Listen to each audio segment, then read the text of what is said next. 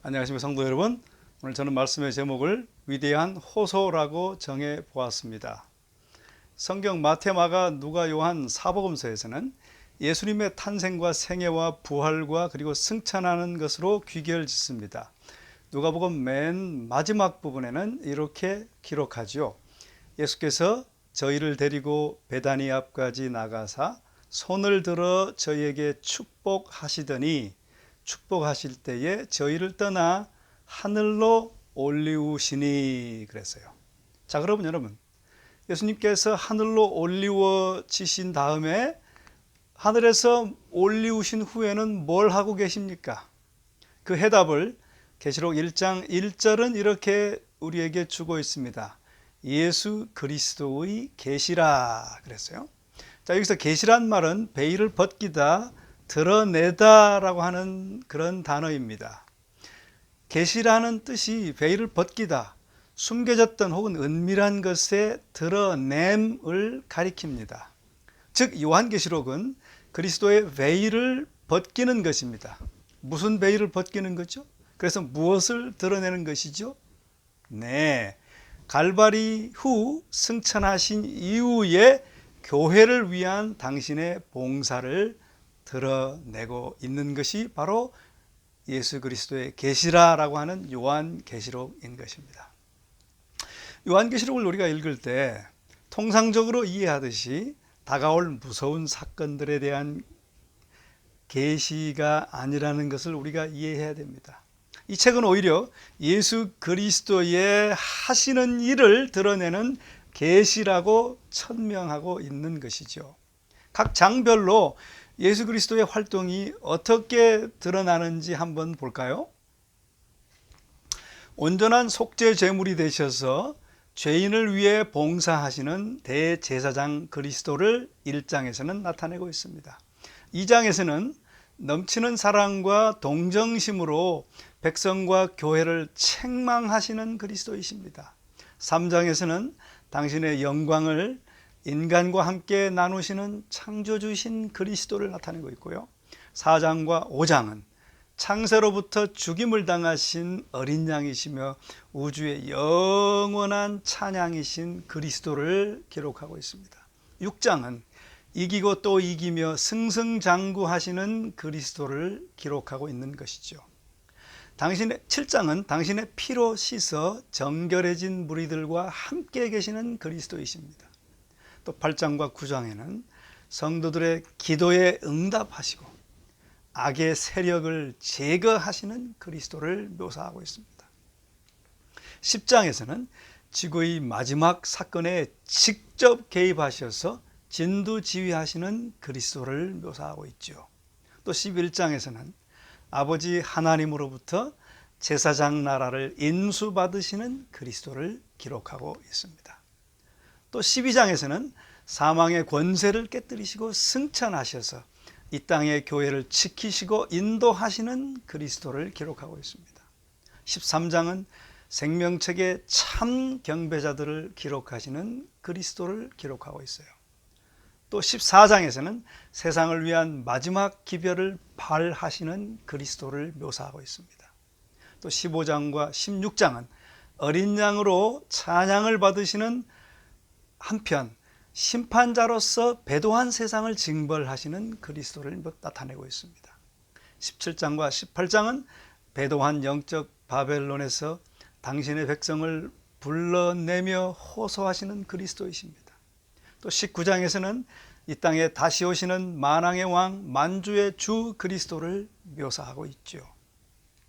20장은 마침내 사단을 결박해 가두시고 유황불로 징계하시는 그리스도가 나타나 있습니다.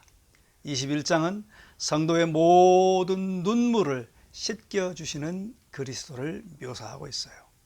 마지막으로 22장은 최후의 보상을 베푸시며 멸망이 작정된 세상에 마지막 구원의 초청을 보내시는 그리스도가 묘사되어 있는 것입니다. 그러므로 여러분, 이 요한계시록 전체는 다 그리스도에 관하여 기록되어 있는, 그분이 활동하시는 것에 대하여 기록하고 있는 것입니다. 이 책에서 그리스도를 빼버려 보면, 그러면 무서운 것들과 기괴한 사건들로 구성된 할리우드의 요한계시록 같은 책이 되고 말 것입니다. 그래서 결코 그리스도를 빼고 이 책을 읽으면 안 될 것이에요. 요한계시록은 복음이라는 단어가 가진 완전한 의미에서 예수 그리스도의 복음을 그 속에 담고 있는 것입니다. 즉 요한계시록은 완전한 복음, 완전한 기쁜 소식을 우리에게 드러내는 그런 책인 것이죠. 이어서 요한은 요한계시록의 목적을 계속해서 기술하고 있습니다. 1장 1절에 아까 우리가 봤던 예수 그리스도의 계시라, 이는 이를 드러내는 이유는 하나님이 그에게 주사 반드시 속히 될 일을 그 종들에게 보이시려고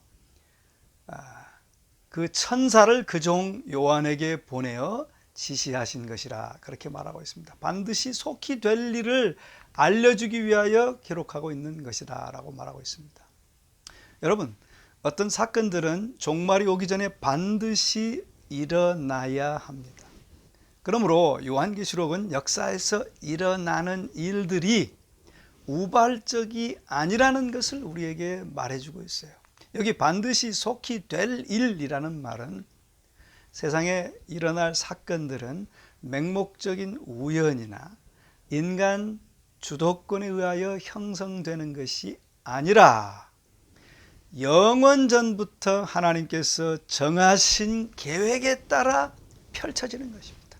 그러므로 지구 역사를 붙드시고 미래를 붙들고 계시는 하나님께서 반드시 속히 될 일을 우리에게 알려주시기 위하여 요한을 통해 요한계시록을 우리에게 허락해 주신 것입니다. 여러분, 지상 역사는 이제 그 마지막 국면에 돌입하였습니다. 요한을 통하여 계시된 하나님의 계획이 이곳 지상에서 성취되어지고 있습니다. 즉 예수님 승천과 재림 사이에 반드시 일어나야만 하는 것들이 있습니다. 요한계시록의 목적은 하나님의 관점에서 그 사건들이 왜 그리고 어떻게 일어날지를 설명하고 있는 것입니다. 그것의 목적은 미래에 대한 우리의 망상적 호기심을 만족시켜주는 것이 아니라 미래를 붙들고 계시는 하나님을 우리에게 확실히 보여주기 위함입니다. 그러므로 우리는 요한계시록을 통해 예수님을 잘 알게 되고, 그렇게 알게 되면 두려워할 필요가 없습니다. 오히려 복이 있다라고 요한계시록은 기록하고 있지요. 1장 3절에 보면 이 예언의 말씀을 읽는 자와 듣는 자와 그 가운데에 기록한 것을 지키는 자는 복이 있다 그랬어요. 때가 가까움이라. 여기서 헬라어로 복이 있나니라는 말은 마카리오스라는 단어인데, 이 단어는 예수님께서 산 위에서 말씀하신 산상설교에서 심령이 가난한 자는 복이 있나니 이렇게 산상설교를 하실 때 그 복이라는 단어와 같은 단어예요. 신약에서 이 단어는 단순히 세속적 의미의 행복 이상을 뜻합니다.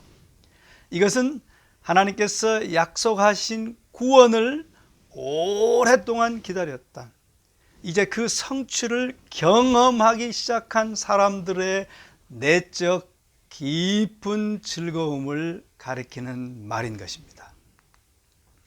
편지를 받아 읽는 자들이 있었고 그것을 듣는 자들이 있었습니다. 이 말씀은 읽고 듣는 자들이 그것을 지킬 때 복이 있다 하셨습니다.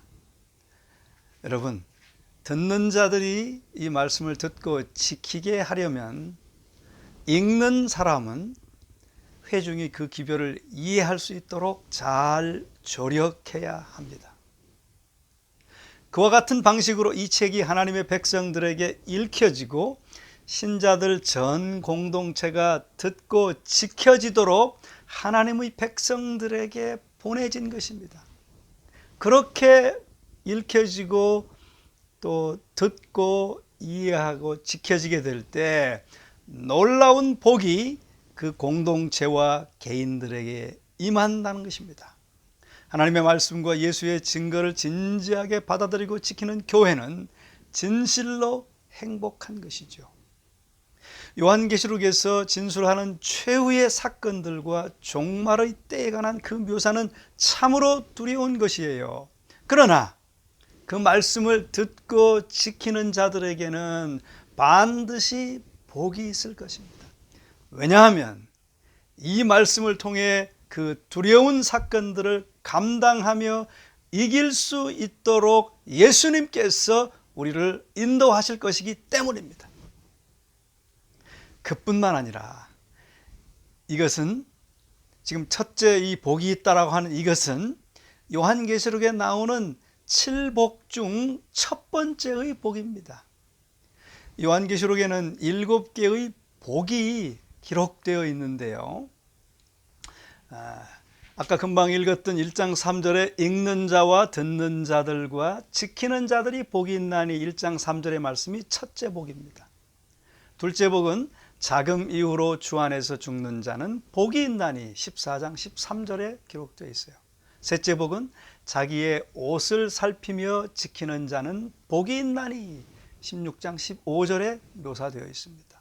넷째 복은 어린 양의 혼인잔치에 초청된 자는 복이 있나니 19장 9절에 기록되어 있죠. 또 다섯 번째 복은 이 첫째 부활에 참여하는 자는 복이 있나니 20장 6절에 있습니다. 또 여섯째 복은 이 책의 예언의 말씀을 지키는 자는 복이 있나니 22장 7절에 기록되어 있고, 또 마지막으로 일곱 번째 복은 그 옷을 빠는 자들은 복이 있나니 계시록 22장 14절에 기록되어 있는 것입니다.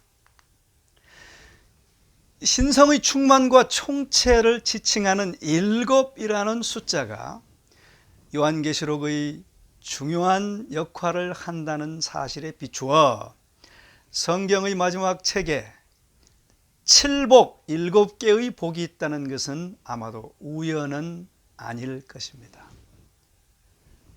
7복은 축복의 충만이 요한계시록을 통하여 모든 그리스도인들에게 넉넉히 약속되어 있음을 시사하고 있는 것입니다. 자, 그렇게 선을 기록한 후에 그 후에 이제 삼위 하나님의 소개와 축복의 인사말을 기록하고 있습니다. 자, 말씀은 이렇게 기록되어 있어요. 1장 4절에서 5절까지. 요한은 아시아에 있는 7 교회에 편지하노니 이제도 계시고 전에도 계시고 장차 오실 이와 그 보좌 앞에 7 영과 또 충성된 증인으로 죽은 자들 가운데서 먼저 나시고 땅의 임금들의 머리가 되신 예수 그리스도로 말미암아 은혜와 평강이 너희에게 있기를 원하노라. 그렇게 기록합니다. 요한은 요한계시록에서 당시에 7 교회들에게 편지하고 있지만 사실은 모든 기독교인들에게 지금 말하고 있는 것이죠. 그리고 그 다음에 기록된 이제 그 인사에 삼위 하나님을 말하고 있는데요.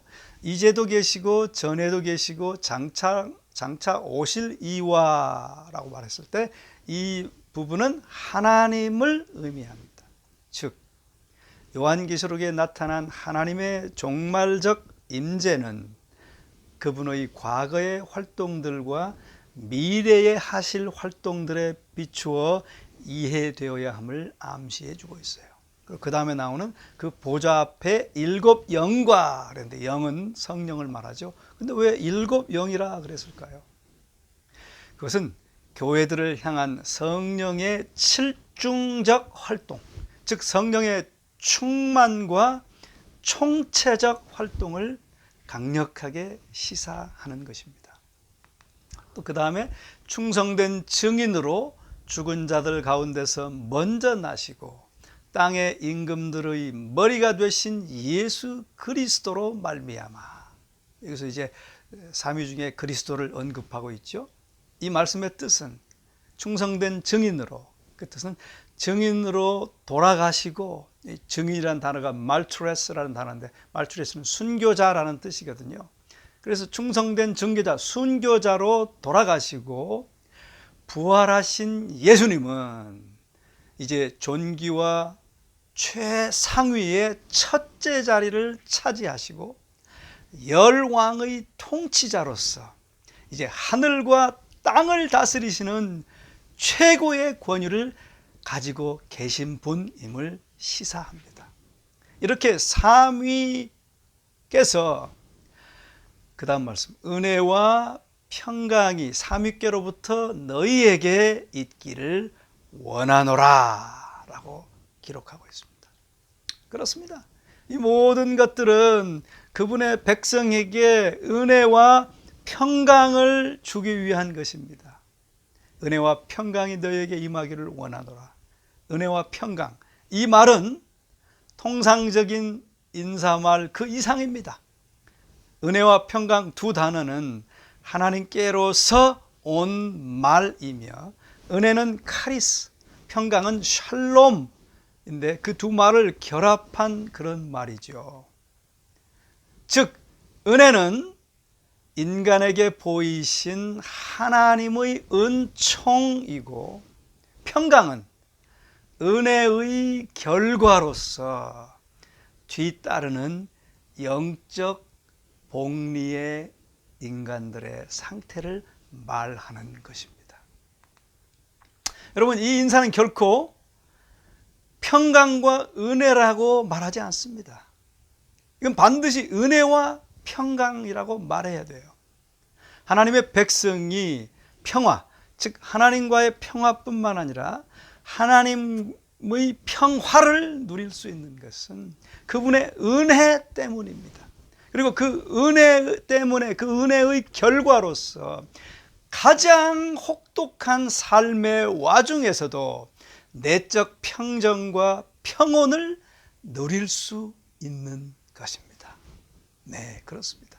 이 은혜와 평강은 신성의 삼위 하나님으로부터 바로 우리에게 오는 것인 것입니다. 또 말씀은 계속됩니다. 은혜와 평강이 너희에게 있기를 원하노라. 우리를 사랑하사 그분께서 두 가지를 하셨어요. 제가 색깔로 좀 하이라이트를 해놨는데, 첫 번째, 그의 피로 우리 죄에서 우리를 해방하시고, 두 번째는 그 아버지 하나님을 위하여 우리를 나라와 제사장으로 삼으셨어요. 그래서 그렇게 하신 그에게, 주님께 영광과 능력이 세세토록 있기를 원하노라. 아멘이라고 인사말을 마치고 있습니다. 여기서 사랑한다는 단어는요, 우리 현재 분사인데요, 그분은 지금 우리를 사랑하시고 계속적으로 끊임없이 우리를 사랑하고 계신다는 것을 의미합니다. 그분이 우리를 사랑하시사 하신 두 가지 일 중에 첫째, 아까 말씀드린 것처럼 그 5절 중간 부분에 그의 피로 우리 죄에서 우리를 해방하시고, 아무도 우리를 죄에서 해방할 수 없지만 오직 그리스도께서 십자가에서 그분의 죽으심을 통하여 그리스도께서는 당신의 피로 단번에 우리를 죄에서 해방하셨습니다. 아멘. 네, 우리를 해방하셨어요. 우리를 사랑하셔서 첫 번째 일은 우리를 죄에서 해방하셨다는 것이고요. 두 번째는 6절에 나와 기록되어 있죠. 우리를 나라와 제사장 삼으셨다 그랬어요. 이 나라와 제사장 삼으셨다는 말은 놀라운 의미를 포함하고 있어요. 혹독한 고난에 처한 7교회 신자들이 나라와 제사장 삼으신 바 됨을 강조하고 있습니다. 이것은 구속받은 자들이 죄로부터 구속받은 결과로서 그리스도 안에서 갖는 신분을 말하고 있는 거예요. 그들은 주님의 왕국과 그분의 나라의 한 부분, 한 국민이 되었을 뿐만 아니라 그들은 그분과 함께 왕들이 되었으며 그분의 죽음과 부활의 하나가 됨으로써 그분의 제사장직을 공유하게 된 것입니다. 그러므로 비록 그들이 여전히 이 땅에 있다 할지라도 이 놀라운 사랑은 구속받은 자들로 하여금 하늘에 거하는 왕들과 제사장들로 살게 해 준다는 것입니다. 여러분 아멘 하십니까? 얼마나 놀라운 기가 막힌 말씀인지 아멘이 저절로 나오는군요.